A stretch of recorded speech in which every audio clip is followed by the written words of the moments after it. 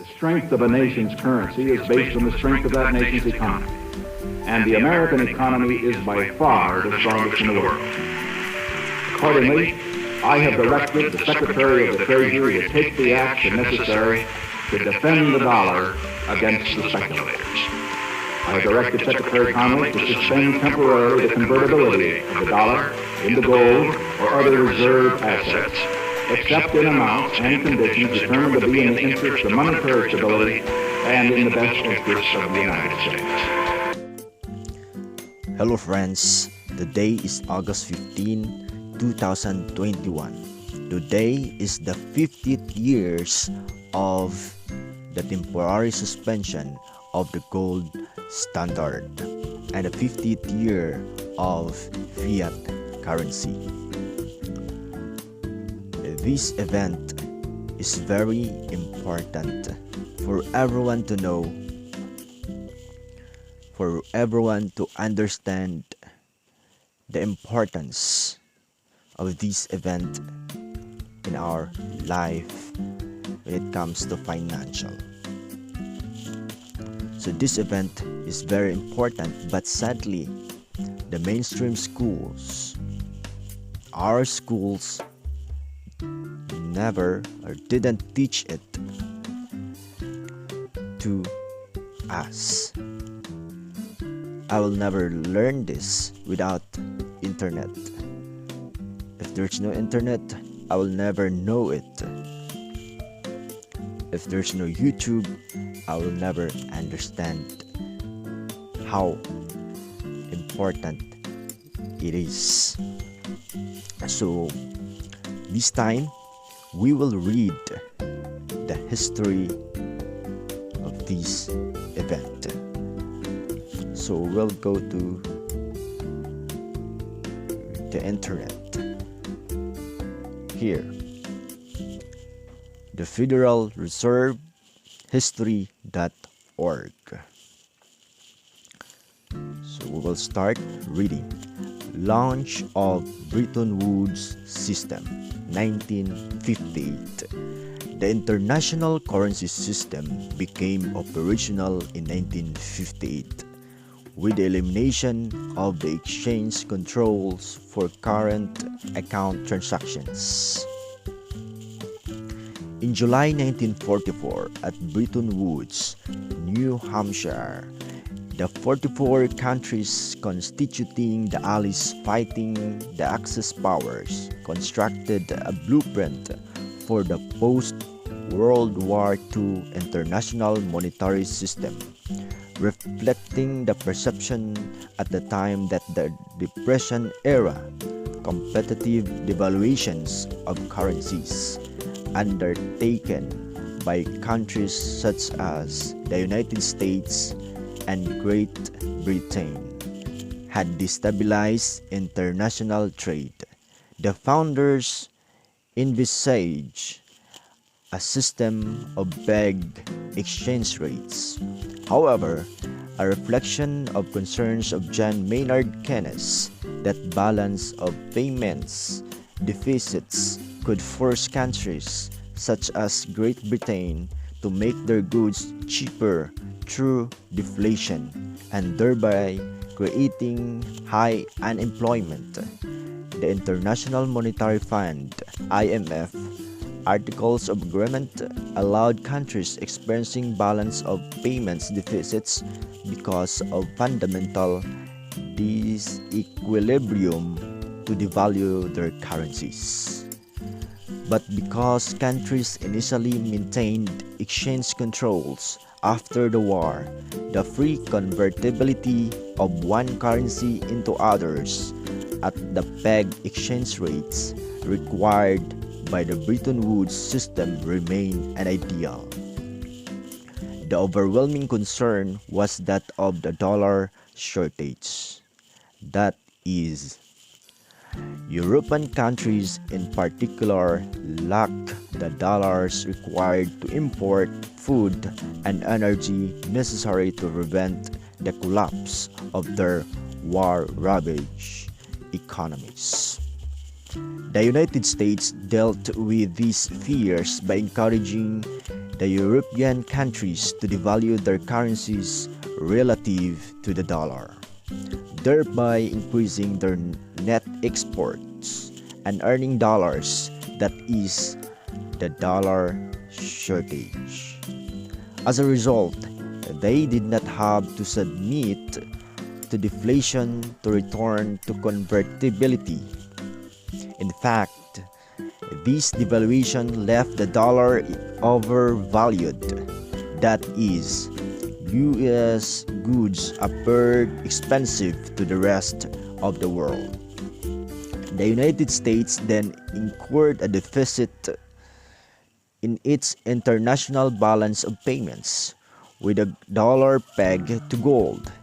It lost gold when it settled the deficit.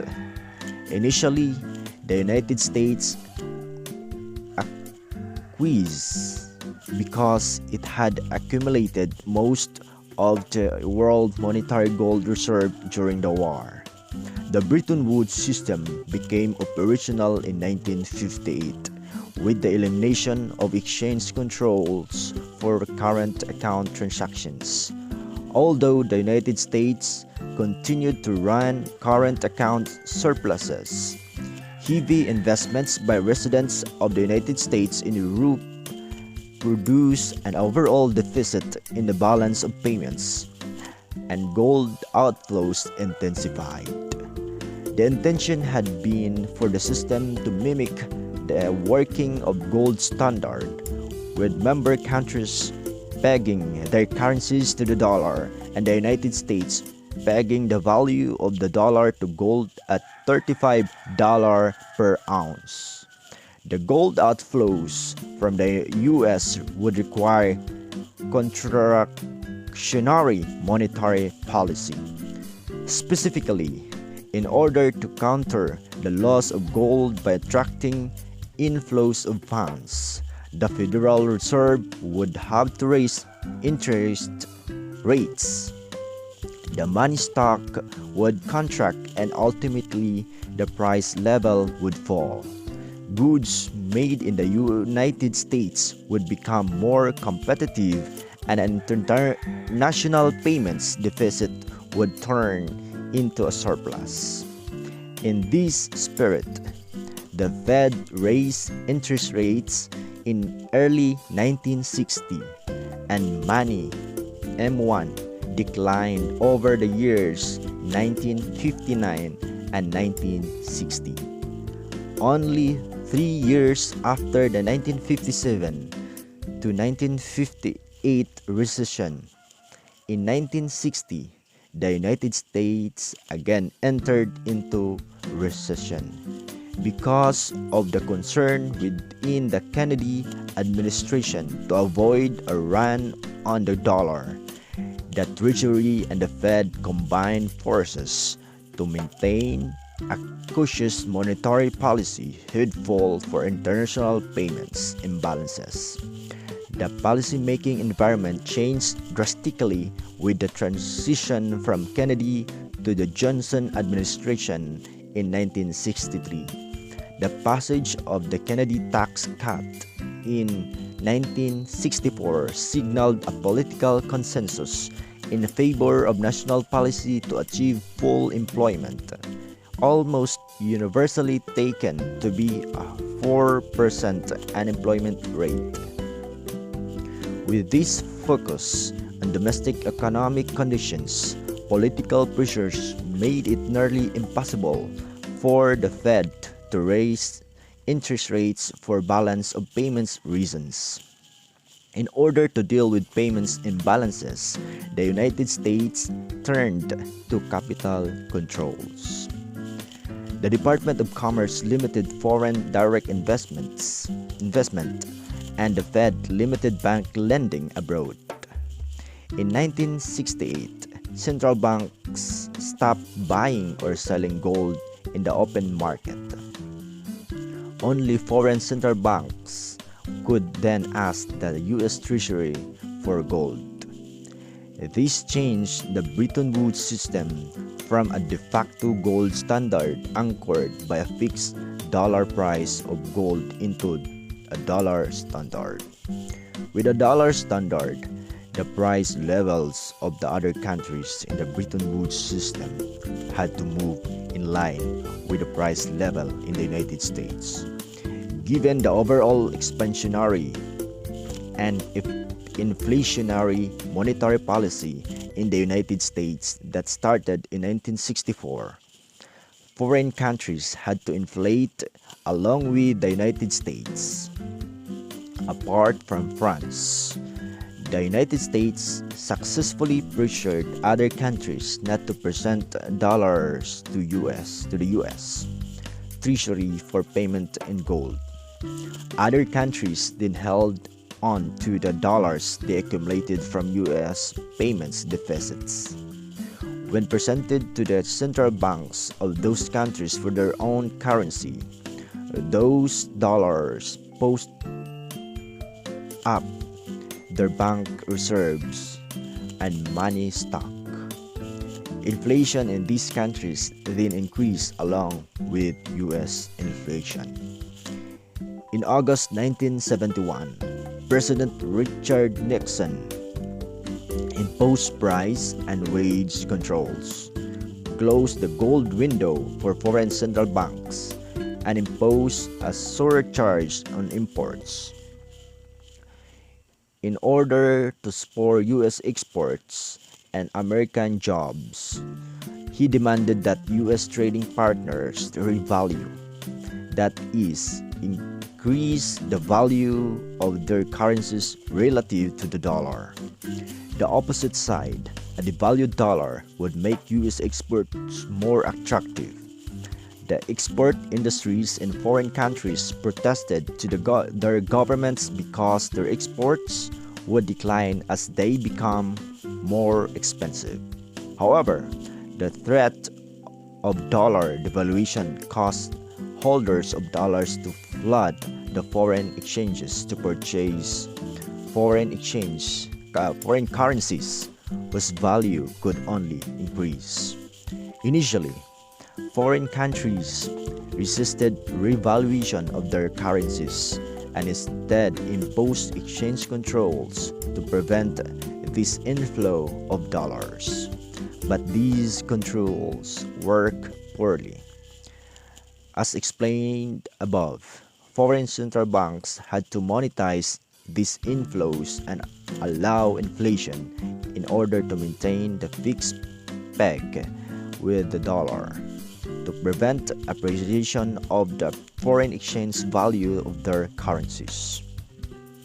The industrialized countries of the G10 negotiated at the Smithsonian in the Washington, D.C. in December 1971. In return for eliminating the surcharge of the United States had imposed on imports, other countries agreed to an effective devaluation of the dollar of about 10%.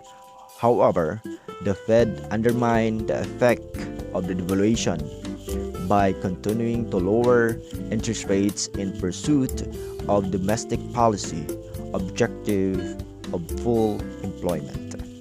Instead of the anticipated return flow of dollars to the United States, dollars continued to flow out and foreign central banks had to continue monetizing the dollars presented to them. Speculative pressure against the dollar abated in the last half of 1972, but then resumed in early 1973.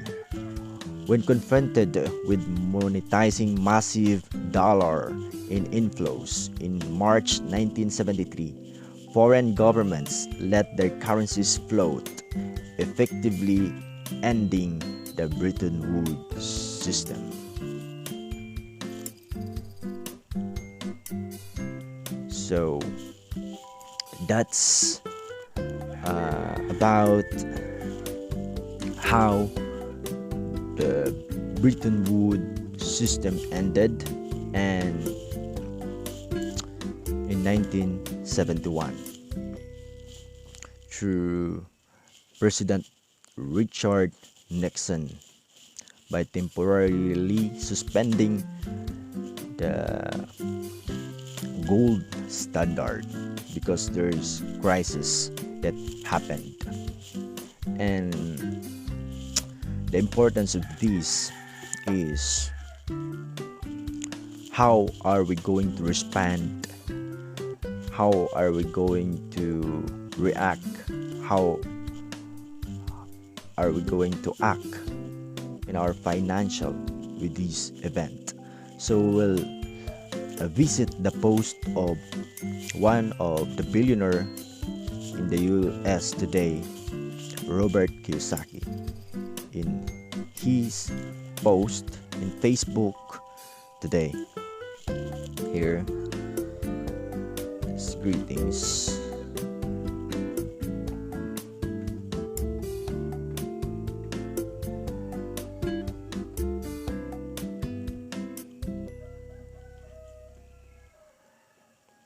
Here. Happy birthday, fake US dollar.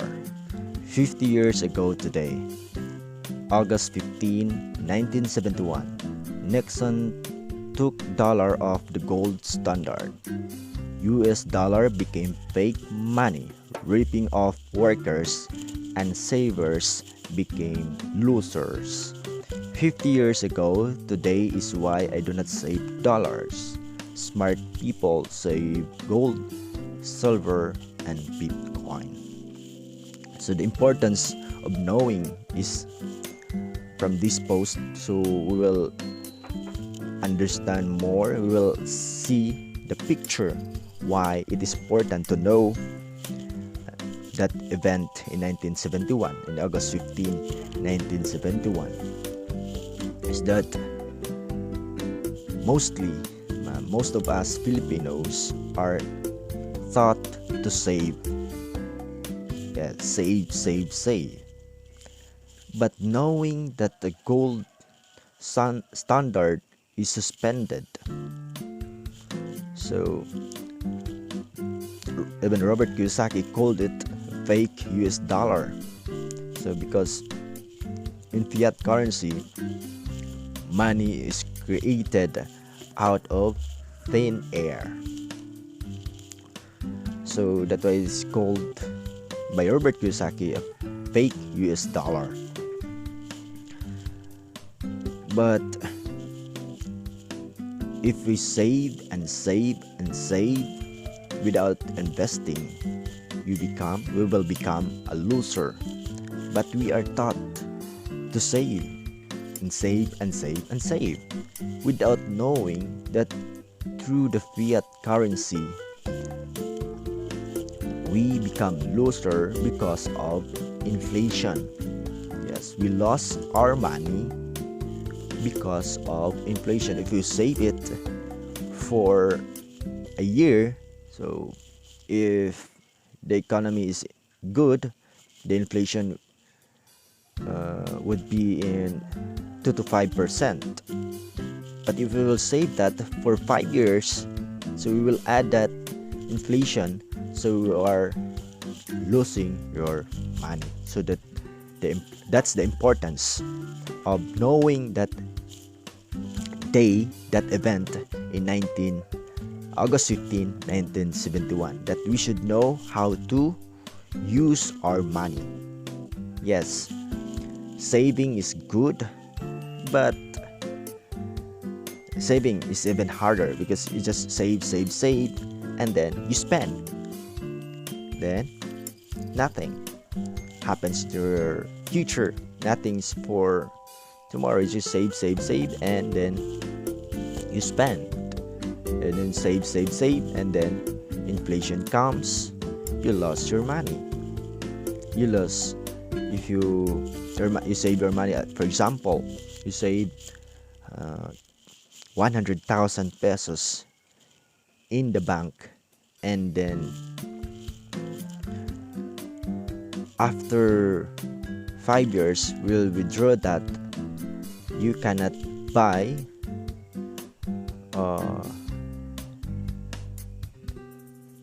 5 years ago the thing that you want to buy in that value of 100,000 pesos.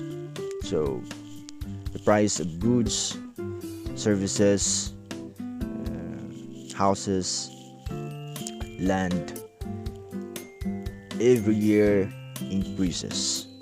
So that's why it is said that you become a loser if you just save your money in this fiat currency. So it is very important that get updated of the world event. So I hope you learn something from today. I hope you start investing. Yes, because investing is the best way of doing it today, because of the fiat, the new system of our money, the fiat currency. You should invest, or else you just save your money, so we will become a loser. So if you haven't subscribed in our channel, please do subscribe. Click the bell button and click like and share, so that many will know, many will understand, and many will become financially free and financially free and sustainable in their life. So thank you for watching. Enjoy. God bless.